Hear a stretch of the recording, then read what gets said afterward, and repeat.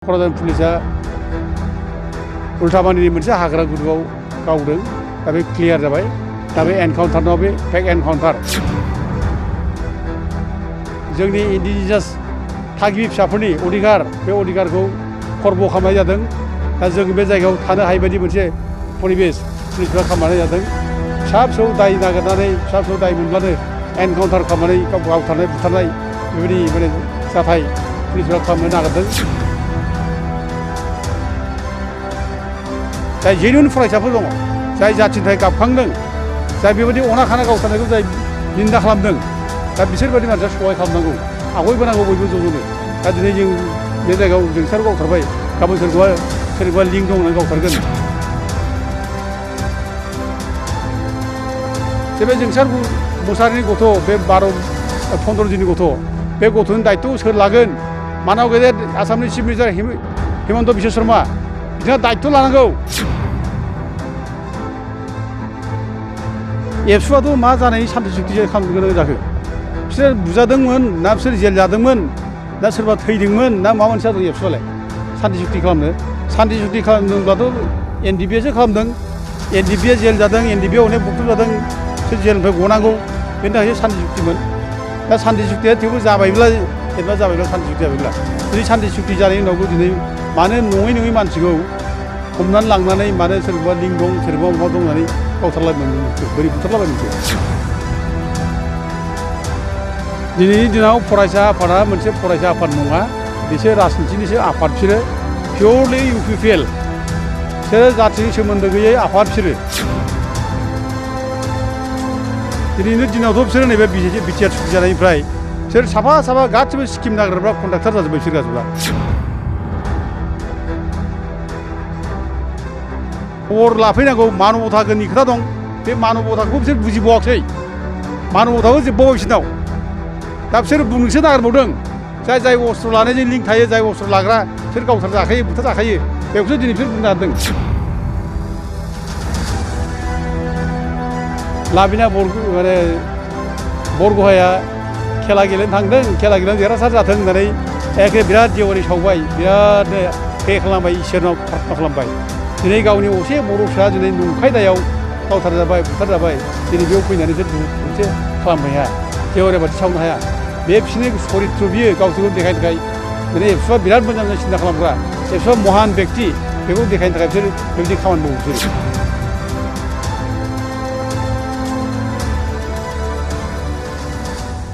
social मिडियानि गेजेरजों खबर मोन्दों जे सानै बर' सेंग्रा जे नैबे सेलेखागुरि सालगुरिनि जोंसार मुसाहारि आरो मंगलाजरानि जन कुमार ब्रह्म बे सानैखौ पुलिसा एनकाउन्टार गावथारदों जों बे खबरखौ मैया निउसाव मोन्दों ससियेल मिडियायाव बेखौ मोननानै जों जोबोद माने मिथिनो हाखु दाखु जादों दा जों खबर लादों मारै जामारदों दा खबर लानानै जों मोनबाय बे घटनाया फेक एनकाउन्टार बेखौ एनकाउन्टाराव गावथाराखै फेक एनकाउन्टार गावथारदों मानोना 17 थारिखखालि बिसोर सानै सेंग्राया बिसोरो दंफां बेफार मावनायनि गावसोर दंफां बेफार मावोमोन बिसोर सानै गावसोरनि दंफां बेफार मावनायनि खामानि लानानै बिसोर बाहेरायाव थांदोंमोन बाहेरायाव थानाय समाव बिसोरो स्कुटारजों एक्सिडेन्ट जादों आरो एक्सिडेन्ट जानाय समाव बिसोरखौ बे आफलागाव रानजोंफारा बे जायगायाव बिसोरखौ माने ट्रिटमेन्ट खालामनाय जादों आफलागावनि साब सेन्टाराव ट्रिटमेन्ट खालामनाय जादों आरो ट्रिटमेन्ट खालामनायनि उनाव अखानायै फुङाव पुलिसफ्रा बिसोरखौ ट्रिटमेन्ट जायगानिफ्राय लायदों ओमफ्राय बिसोरनि नामाव केसबो रेजिस्टार खालामदों सेरफांगुरि थानाया दा सेरफांगुरि थानायाव बिसोरनि नामाव केस दङ दा बे सेरफांगुरि थानायाव केस रेजिस्टार जानाय केस थानाय बे सेंग्राफोरखौ उनाव सेरफांगुरि थानानिफ्राय खबर हरदों न'नि गारजेननो जे एरेस्ट जानानै दं थानायाव दंफैयो होननानै दा बेखौ गारजेनफ्राबो नायदों नायनानै रायलायदों बिसोरनि आथिङाव एक्सिडेन्ट जानायनि बेन्डेज खानाय मानाय सिन दं बिसोर नुबोदों रायलायबोदों मोजाङैनो आरो सेरफांगुरि थानानि असिया खोथा होदोंमोन जे जेबो दाय गैया गाबोननो बेखौ हगारनाय जागोन होननानै खोथा होनाय जादोंमोन जों दा गारजेनफोरनिफ्राय खबर लानानै जों मोनबाय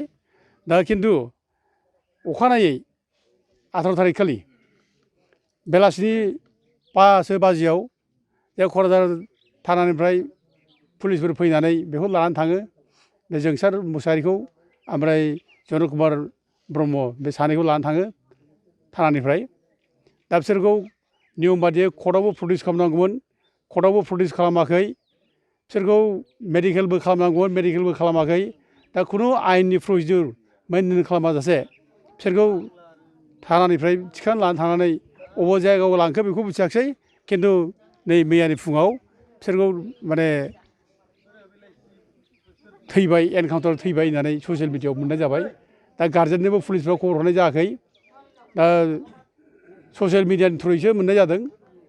दा डिटेल्स जाबाय दा दिनै बिसोरखौ माने पुलिस थानानिफ्राय लांनानै क'क्राझार पुलिसा उल्थामानिनि मोनसे हाग्रा गुदुआव गावदों दा बे क्लियार जाबाय दा बे एनकाउन्टार नङा बे फेक एनकाउन्टार दा जोंहा बुंनांगौ बाथ्रा बेनो बियो मोनसे मानब अधिकार उल्लंघन जादों आरो लोगोसे जोंनि इन्डिजिनास थागिबि फिसाफोरनि अधिकार बे अधिकारखौ खर्ब खालामनाय जादों दा जों बे जायगायाव थानो हायै बायदि मोनसे परिबेस पुलिसफ्रा खालामनानै जादों फिसा फिसौ दाय नागिरनानै फिसा फिसौ दाय मोनब्लानो एनकाउन्टार खालामनानै गावथारनाय बुथारनाय बेबायदि माने जाथाय पुलिसफ्रा खालामनो नागिरदों जों दा बेखौ मिथिदों दा जों निन्दा खालामो बे घटनाखौ आरो बेजों लोगोसे जोङो दा बे सानै मानसिया जे न्याय मोननांगोन जों जे न्याय मोननांगोन बेनि थाखाय जों न्यायनि थाखाय जों खामानि मावनांगोन दा जों गार्जेनखौ जों लुबैदों बे न'खरनि गार्जेन बेयो जाहाथे दायथ' लायो दा जाय माने रुंसार जालांबाय जोंसार मुसाहारि दा बेहा बिसिबो दङ 20 बोसोरनिया बिसि आरो लोगोसे गथ' उन्दै दङ 15 दिननि दा बेनो साननो गोनां दा दिनै मानब अधिकारा फुरा उल्लंघन जाबाय बे क्लियार जाबाय दा मैया जोङो हिउमेन राइट्स कमिसनजोंबो जों रायज्लायहरदों दा हिउमेन राइट्स कमिसन गुवाहाटि शाखा गुवाहाटि ब्रान्च दा बिथांमोनखौ जों फैजानो लुबैदों बिथांमोना फैगोन बे लिंहरदों जोङो आरो लोगोसे हाइकर्टनिफ्रायबो जों माखासे उकिलफोर फैनांगौ आरो बेखौ जोङो माने हाइकर्टआव हिउमेन राइट्स भायलेसन जाबाय जे मानसिखौ जे अना खाना गावथारबाय नायगारनाय गावथारबाय बिदि जे गावथार मोना बेखौ जोङो डिटेल्स रिपर्टखौ होनानै जों माने जाहाथे गार्जेना बे न'खरनि गार्जेना जाहाथे केसबो फाइल खालामो बेनि थाखाय जोङो सहाय खालामगोन आरो बयबो रायजो राजाफ्रा बयबो फरायसा हान्जा गासिबो जिसिबां दङ जाय जेनुइन फरायसाफोर दङ जाय जाथिनि थाखाय गाबखांदों जाय बेबायदि अना खाना गावथारनायखौ जाय निन्दा खालामदों दा बिसोरबायदि मानसिया सहाय खालामनांगौ आवगायबोनांगौ बयबो ज'ज'नो दा दिनै जों बे जायगायाव जोंसारखौ गावथारबाय गाबोन सोरखौबा लिंक दं होननानै गावथारगोन बे माबे आयेननि खोथा जाहैबाय आयेनाव बिदि दं नामा जोंसारा जुदि दाय मावदोंब्ला बेहा माबा मोनसे गिदिर दाय दंमोनब्ला बेखौ एरेस्ट खालामखांनायनि उनाव बिसार खालामोन कर्टआव कर्ट दङना पुलिसाथ' कर्ट नङा पुलिसाथ' बिसार खालामग्रा नङा पुलिसा आयेनखौसो निरापत्ता होनांगौ जोंनि निरापत्तासो रैखाथि होनांगौ आयेनखौसो बिसोरो निरापत्ता होनांगौ खिन्थु आयेनखौ निरापत्ता होनो नागारै दिनै बिसोरो आयेनखौ आखायाव लानानै जुदि मानसि गावथारलाबायोब्ला मानसि बुथारला जायोब्ला अब्ला आयेनखौ सोर निरापत्ता होगोन पुलिसानो आयेनखौ भंग खालामब्ला बेखायनो दिनै बे जोंसारफोरखौ गावथारनायाव पुलिसा आयेनखौ भंग खालामदों आयेनखौ आखायाव लादों बिसोरो अन्याय भाबै गावथारदों बेखायनो जों आयेननि दिनै आश्रय लानांगौ दङ दा दिनै बिसोर दाय मावदोंब्ला बिसोरो जुदि माबा मोनसे अपराध खालामदोंब्ला गिदिर अपराध खालामदोंब्ला बिसोर हमखाबाय जितु हमजाखाबाय बिसोरो सेरफांगुरि थानायावनो दं जितु बिसोरखौ बिसार खालामोन खर'आव लांमोन बिसार खालामनानै जुदि बिसाराव जुदि बिसोर दायनिगिरि जुदि जायोब्ला बिसोरो फासि जानांगौबा बिसोर फासियोमोन लाइफ लं जुदि एरेस्ट जानांगौबा लाइफ लं एरेस्ट खालामोन खिन्थु गावथारनायनि अधिकारा पुलिसफ्रा बोरै मोनखो मानसिखौ गावथारनो हायो नामा गोसो जाब्लानो बुथारनो हायो नामा गोसो जाब्लानो मानसिखौ आयेनावथ' बिदि गैया बेखायनो जों दिनै आयेननि आश्रय लानांगौ आयेनखौ जों दिनै आपिल खालामनांगौ जों दिनै बुंनो लुबैदों जे बे जोंसार मुसाहारिनि गथ' बे 15 दिननि गथ' बे गथ'नि दायथ'खौ सोर लागोन मानाव गेजेर आसामनि चिफ मिनिस्टार हिमन्त बिश्व शर्मा बिथाङा दायथ' लानांगौ बे सासे नाबालक गथ' बियो दासो एखेबारे जोनोम जानाय 15 जोनोम जादों बिनि जिबननि दायथ'खौ बे हिमन्त बिश्व शर्मा लानांगोन आरो बे न्यायखौ होनांगोन बे न्याय मोननो थाखाय जों दिनै हिउमेन राइट्स कमिसनावबो जों थांगोन आरो लोगोसे जों जनजाति सुरक्षा मन्चनिफ्रायनो थांगोन हिउमेन राइट्स कमिसनाव आरो जों कर्टआवबो जों आपिल खालामनो थाखाय जोङो कर्टनि उकिलफोरजों जगाजग खालामगोन आरो गार्जेनखौ लाफानानै जोङो गार्जेनखौ जों सहाय खालामगोन जों दिनै रोखा बयबो रायजो राजानि सिगाङावबो जों बुङो आरो प्रत्येक रायजो राजाफोरखौ सांग्रां जानो जों खावलायो जाहाथे माने जोङो नंबां जाबां दायफ्राव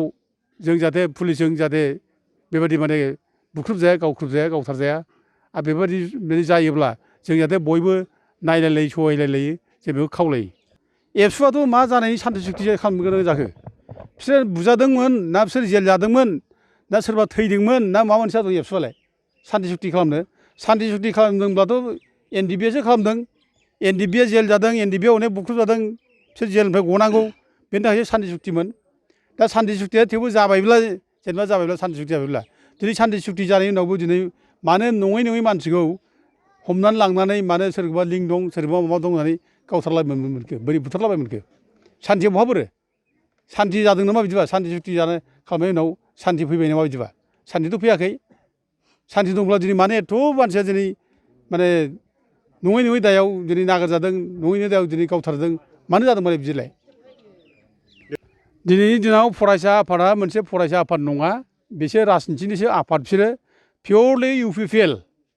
बिसोरो जातिजों सोमोन्दो गैयै आफाद बिसोरो जातिया माबा मोनसे दुखु दाहा जायोब्ला बे दुखु दाहायाव बिसोर खुनु बाहागो लाया जातियाव माबा मोनसे नांगौ जायोब्ला बे जातिनि नांगौ समाव बिसोरखौ जों मोना बिसोरो नामावल' एबसु खिन्थु एबसुनि केरेक्टार दिनै बिसोरनाव जेबो गैला दिनैनि दिनावथ' बिसोरो नैबे बिटिआर सुक्ति जानायनिफ्राय बिसोर साफा गासिबो स्किम नागिरग्रा कन्ट्राक्टर जाजोब्बाय बिसोर गासिबो दा स्किम नागिरग्रा जोबगासिनो बिसोरो स्किमनि फाग्ला जोबसै दिनै आरो बिसोरो बे एबसुनिफ्रायनो दिनै बिसोरो एबसु खालाम दिनै एबसुनिफ्रायनो सोरबा एमएलए जानो नागिरग्रा सोरबा एमपि जानो नागिरग्रा दिनै दिपेन बर' गावनो निजे एबसु प्रेसिडेन्टआ दिनै एमएलए जानो थाखाय दिनै नागिरगासिनो दङ अब्ला बे एबसुखौ जों दिनै बोरै एबसु नांगौबालाय बे एबसुआथ' फरायसा आफाद नंलिया बे रायजोखौ सहाय होनो रोङै रायजोखौ हेफाजाब होनो रोङै बिपद समाव नायफैनो दिनैथ' नायफैनांगौमोन खमसे खम बेथ' दुखु दाहानि समाव रायजोफ्रा बयबो दुखु मोनदों दुखु खालामदों बे समावथ' फैनांगौमोन नायफैलानांगौ खबर लाफैनांगौ मानबथानि खोथा दं बे मानबथाखौबो बिसोर बुजिबावाखिसै मानबथाखौ जोबबावबाय बिसोरनाव दा बिसोर बुंनोसो नागिरबावदों जाय अस्त्र लानायजों लिंक थायो जाय अस्त्र लाग्रा बिसोर गावथार जाखायो बुथार जाखायो बेखौसो दिनै बिसोर बुंनो नागिरदों दा जेनेबा जोंना जोंसार मुसाहारिया जेनेबा अस्त्र लाग्रासोमोन जेनेबा गावसोरसो सार्टिफिकेट होनो नागिरो दा जोंसार मुसाहारिया अस्त्र लाग्रामोन होननानै बुंनो नागिरनाया गावसोरसो बुंनो नागिरो पुलिसफ्रा मा बुंदों जोंनि मानसिफ्रासो दा सार्टिफिकेट होनो नागिरो दा जों बुंदों बै अस्त्रधारि नङा बियो दा बियो खुनु आफादजों लिंक गैया बे सासे कन्ट्राक्ट माने बिजनेस मावनानै जाग्रा दंफां बिजनेस मावनानै जाग्रा मानसि बियो आगोलनि एनडिएफबिमोन बे सिजफायार जानाय माबानिफ्राय बे पिस एकर्ड जानायनिफ्राय बिसोरो माने मेइन ग्राउन्डआव फैबाय जिबन जाबन खालामबाय न'खर संसार जाबाय खुनुरुखुम सोलिनो थाखाय दिनै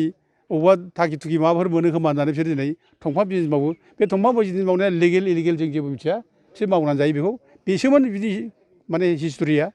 दिनै बे मानसिखौनो दिनै सोरबा लिंक दं सोरबा माबा दं होननानै जुदि जोंनि मानसियासो बुङोब्ला फरायसा आफादासो सिगां बुंग्रोयोब्ला बेखौ आरो पुलिसाथ' सुजुग लाखागोन बेखौ गभर्नमेन्टआ सुजुग लाखागोन बेखौ दा बेफोराव दिनै बिदि घटना जादों गावथारनाय बुथारनाय जादों सोंखारिनांगौथ' मा होननानै सोंखारिबावनो सोंखारिनांगौनो जोब्बाय दा दहाय नों बुंनाय बायदि लाबिना माने बरग'हाया खेला गेलेनो थांदों खेला गेलेनायाव देरहासार जाथों होननानै एखे बिराद जेवारि सावबाय बिरादनो प्रे खालामबाय इसोरनाव प्रार्थना खालामबाय दिनै गावनि असे बर' फिसा दिनै नंखाय दायाव गावथारजाबाय बुथारजाबाय दिनै बेयाव फैनानै बिसोर दुखु मोनसे खालामनो हाया जेवारि बाथि सावनो हाया बे बिसोरनि सरित्र बियो गावसोरखौ देखायनो थाखाय माने एबसुआ बिराद मोजां सिन्था खालामग्रा एबसुआ महान बेक्ति बेखौ देखायनो थाखाय बिसोर बेबायदि खामानि मावो बिसोरो बे अबस्था जोबोर गाज्रि दिनै जोंखौ जेरैबो नाख्रेब नागिरबाय दा दिनै जोंनि बिटिसिखौबो धंस' खालामनो लाबाय आखायाव लाबाय जोंनि राजनिथि हान्जाफोरखौ दिनै नाख्रेबनानै माने आसाम सरकारा हेमन्त बिश्व शर्माया गावनि आथिं सिङाव दोनबाय जोंनि राजनिथि नेताफ्राबो जाहाथे जेबो बुंनो हाया गावनि फलिया जानो हायो गावनि फलिया जानानै थायो बेबायदि मोनसे परिबेस खालामबाय दिनै गावनि न'खराव थैनाय मानसि बेयाव थैनायावबो जे जों दुखु खालामफैनांगौ दुखु खालामफैनायनि परिबेसखौ दिनै खोमाबाय दिनै गासिखौबो दिनै गावनि फलिया खालामनानै लाजोब्बाय दा बे खेथ्रआव दिनै बुजिनांसिगौ रायजो राजाफ्रा जों दिनै लुबैदों जे जोंनि आफादफ्रा जेसेबां राजनिथि आफादफोर दं जेसेबां जोंनि दलीय आफाद जातीय आफादफोर दङ बे जातीय आफादफ्रा दिनै जाथिनि अलखदखौ नायनानै ज' जानांगौ खौसे जानांगौ बेखौ बयबो लुबैदों ज' जा बयबो खौसे जा गासिबो फारागथिखौ गारलायजोब गासैबो रायजो राजा बेखौसो लुबैदों आं बेखौ खावलायो